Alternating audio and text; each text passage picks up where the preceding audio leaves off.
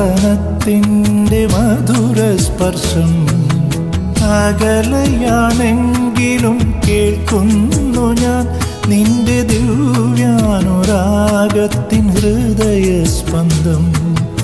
അകലെയാണെങ്കിലും കേൾക്കുന്നു ഞാൻ നിന്റെ ദിവ്യാനുരാഗത്തിൻ ഹൃദയസ്പന്ദം. ഇനിയെന്നുമെന്നും നിൻ കരലാളനത്തിൻ്റെ മധുരസ്പർശം അരികിലില്ലെങ്കിലും അറിയുന്നു ഞാൻ.